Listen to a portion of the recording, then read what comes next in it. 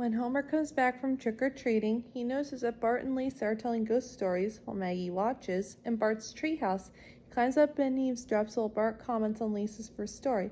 Bart begins telling his own story called Bad Dream House.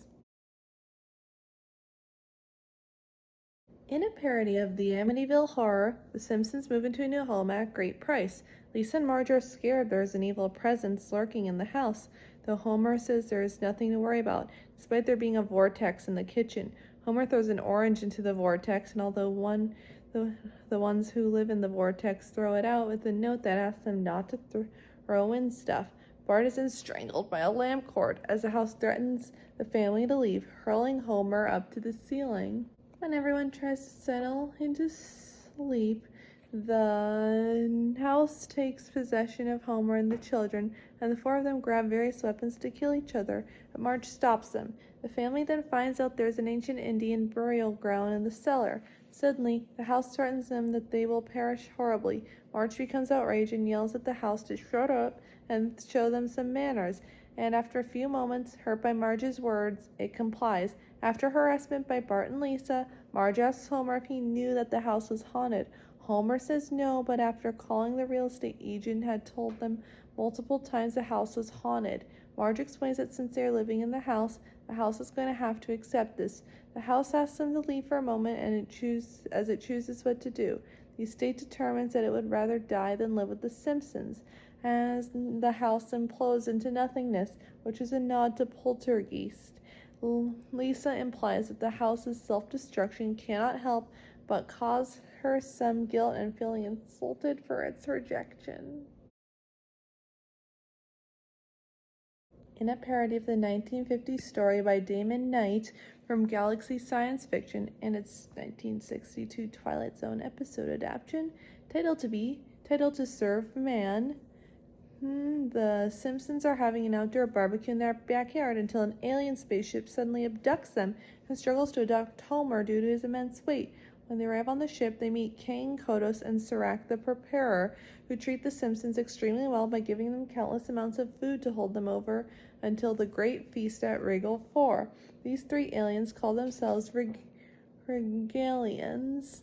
After the family is weighed on a giant scale and the Regalians constantly make references to food, Lisa becomes suspicious and questions the aliens' true motives. One night she wanders around the spaceship and heads into the aliens' kitchen when the chef Serac cooks something to give the humans the perfect flavor.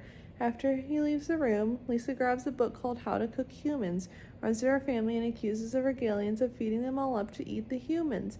However, it is then revealed that Lisa did not see the whole title of the book, which is actually called How to Cook for 40 Humans. The Regalians feel sad, disappointed, and angry at the family for suspecting them when Lisa asks why they were forcing the family to eat in the first place.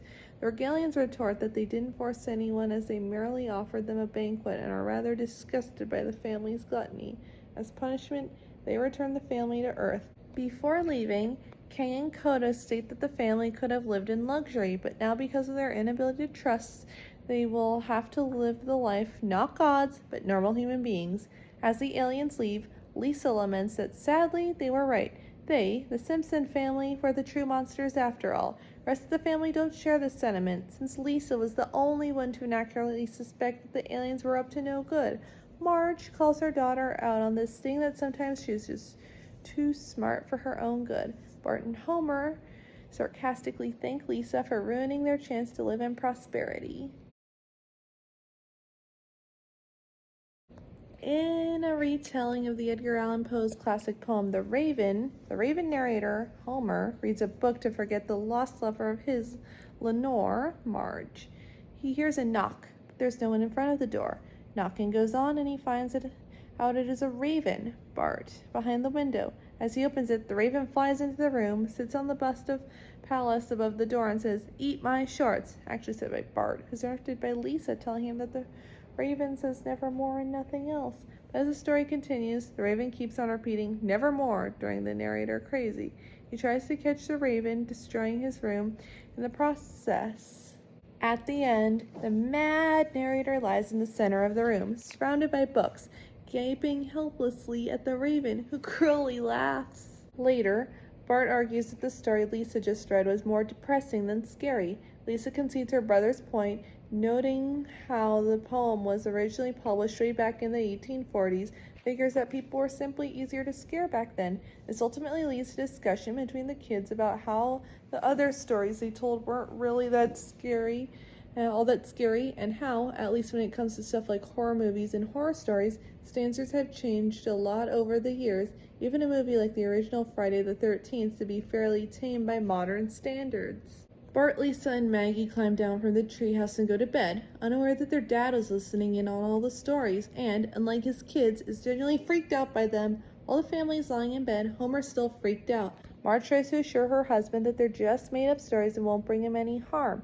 As they're lying in bed, Homer notices the Bart Raven outside their bedroom window. He declares that he hates Halloween and hides in their sheets as a wolf howls.